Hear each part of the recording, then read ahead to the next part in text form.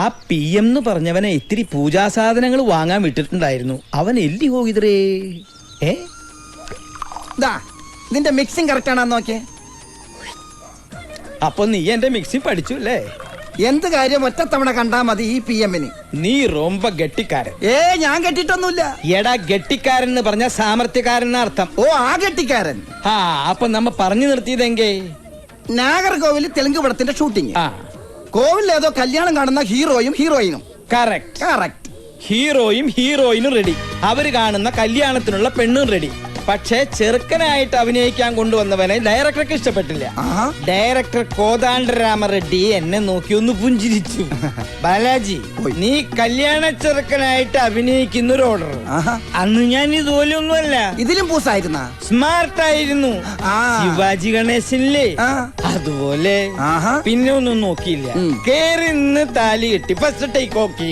Shooting കഴിഞ്ഞ് ഞാൻ പുറപ്പെടാൻ ഒരുങ്ങുമ്പോ ദേവരനു. ആര്?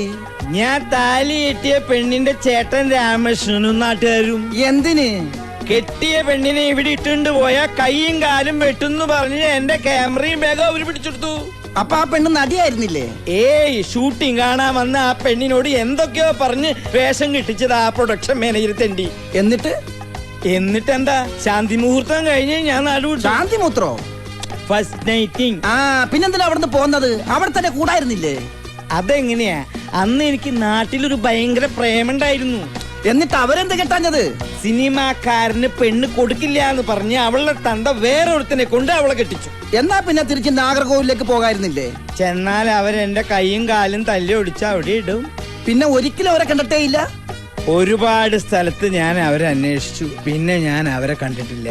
അന്ന് മുതൽ ഈ ക്യാമറയും തൂക്കി അലയാൻ തുടങ്ങിയതാ അശ്വത്ഥമാവിനെ പോലെ. ഓ, ഫ്ലാഷ് ബാക്ക് ആയിരിക്കും.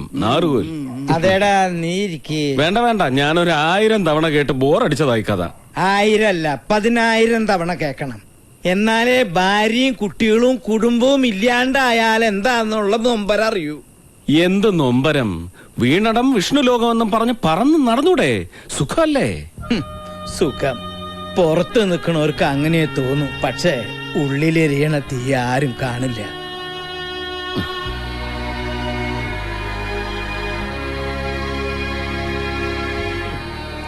അതുകൊണ്ടാ പറയണേ, ഈ ബാലമാമയുടെ ഗതി നിനക്കുണ്ടാവരുത്. നിനക്കെന്നല്ല, ആർക്കുണ്ടാവരുത്. ഞാനൊരു സത്യം പറയാം, വെള്ളടിച്ചിട്ട് പറയാണെന്ന് വിചാരിക്കരുത്. അമ്മാവൻ പറയും. നജീബ് നമ്മുടെ ആതിരക്കുട്ടിയെ. വേണ്ട, അതൊഴിച്ച് അമ്മാവന് വേറെ വല്ലതും പറയാനുണ്ടോ? ഇതൊഴിക്കട്ടെ. ഒഴിക്കടാ. ഇവനോട് പറയാനുള്ളത് മുഴുവൻ പറഞ്ഞു കേൾപ്പിച്ചിട്ടേ ഇവനെ ഞാൻ വിട്ടു. ഒഴുക്കി. വെള്ളമൊന്നും വേണ്ട.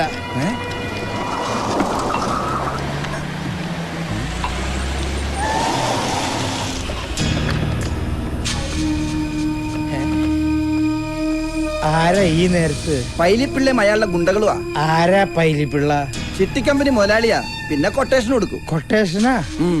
ആരുടെങ്കിലും കയ്യും കാലും തല്ലി ഓടിക്കണ, വണ്ടി കയറ്റിക്കൊല്ലണ, ഇവന്മാരെ ഏൽപ്പിച്ചാ മതി. ഓരോന്നിനും പ്രത്യേകം റേറ്റാ.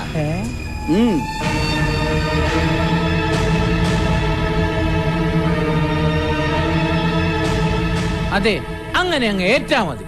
അച്യുതൻകുട്ടി പറഞ്ഞാ പിന്നെ പൈലിപ്പള്ളിക്ക് പിന്നെ എന്നതാ, അതങ്ങ് അനുസരിച്ചിരിക്കും അക്ഷരം പ്രതി. എന്നാ പിന്നെ ഞാൻ അങ്ങോട്ടോ.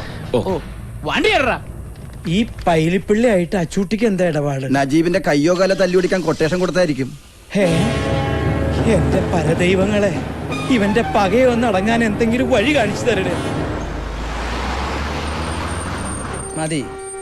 രാവിലെ ആരാണോ എന്തെങ്കിലും ഒന്ന് തിന്നാൻ നേരത്ത് ഏതെങ്കിലും പിശാചുകൾ കയറി വരും. അയ്യോ, അമ്മാവനല്ല പറഞ്ഞത്, പുറത്ത്.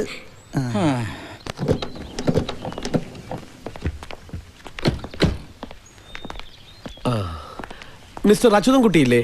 ഉണ്ട്, വിളിക്കാം. അച്ചു,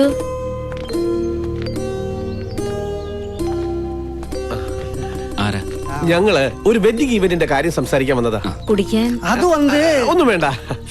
ആമാ, ഇപ്പൊ കഴിച്ചതേ ഉള്ളൂ, അല്ല കുടിച്ചതേ ഉള്ളൂ. അങ്ങോട്ട് നിങ്ങൾ കല്യാണ പെണ്ണിന്റെ ആൾക്കാരോ അതോ? അയ്യോ, അച്ചുവേട്ടന് മനസ്സിലായില്ലേ? ഇതാണ് കുരച്ചന്റെ ടെക്സ്റ്റൈലിലെ പുതിയ മാനേജർ ജാക്കറ്റ് കോശി. ജാക്കറ്റ് കോശിയല്ല, ജേക്കബ് കോശി. അപ്പൊ പേര് മാറ്റിയാ? ഞാൻ കാഞ്ചിനാഥൻ, കാഞ്ചി എന്ന് വിളിക്കും. കാഞ്ചി വിളിക്കലല്ല, കാഞ്ചി വലിക്കലല്ലേ? കാഞ്ചീപുരം മീനാക്ഷി സിൽക്സിന്റെ മാനേജറാ. മീനാക്ഷിയുടെയാ കല്യാണം. ഏത് മീനാക്ഷി? മീനാക്ഷി സിൽക്സിന്റെ ഒരേ ഒരു വാരിശ്. ആര്? വാർണിഷ? വാർണിഷ് അല്ല, വാരിശ് എന്ന് പറഞ്ഞ അവകാശി. മനസ്സിലായോ? ആ.